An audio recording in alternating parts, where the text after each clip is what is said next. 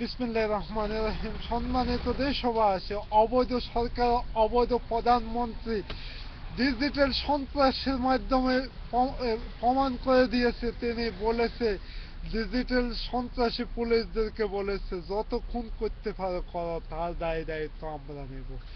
সম্মানিত দেশবাসী, আমরা কিন্তু শুধু মার খাওয়ার জন্য জন্ম নেই। বাঙালি জাতি সবসময় মার দিয়ে আসছে। এখন আপনারা আধুনিকভাবে প্রস্তুত হয়ে থাকুন।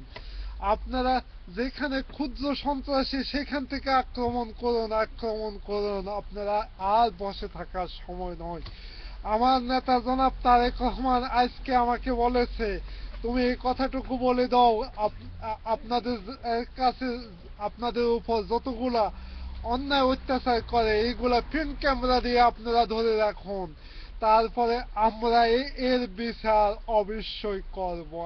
আমি বলেছি, আমার আইডিতে আছে, রক্তের বদলা রক্ত, লাশের বদলা লাশ, কিন্তু লুটের বদলা লুট।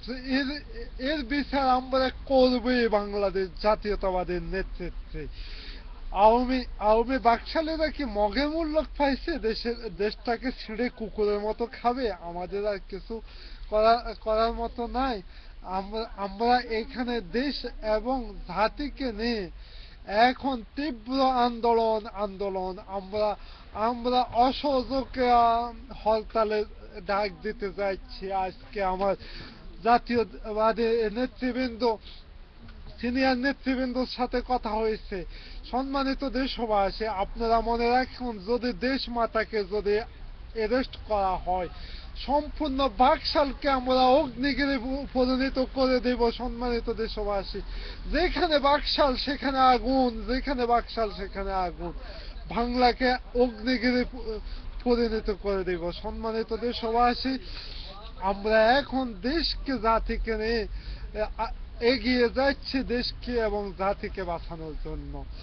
এখন দিন বাড়তেছে, আওয়ামী সন্ত্রাসীদের নিঃশ্বাস বাড়ে যাচ্ছে, এবং তাদের তাদের নিঃশ্বাস ধীরে ধীরে বাড়তেছে আর দৌড়াচ্ছে। সন্ত্রাসীরা ধীরে ধীরে পালাচ্ছে। পাশের দেশের পাশের দেশে বিএসএফ বলছে, অনেক সন্ত্রাসীরা পালাচ্ছে আর দৌড়াচ্ছে। সম্মানিত দেশবাসী, আমরা এখন জনতার যে প্রতিরোধ গড়ে তুলতেছি, শারীরিক থেকে প্রতিরোধ, সন্ত্রাসীদের উপর প্রতিশোধ। এখন আমাদের আক্রমণ হবে, যেখানে সন্ত্রাস সেখানে। সম্মানিত দেশবাসী, আমরা অতি শীঘ্রই, অতি অল্প সময়ের মধ্যে আমাদের জাতিকে আমরা মুক্তি করব, দেশকে বাঁচাবো, জাতিকে বাঁচাবো। এই বলে আজকের মতো বিদায় নিচ্ছে। খোদা হাফেজ। বাংলাদেশ জাতীয়তাবাদী জিন্দাবাদ।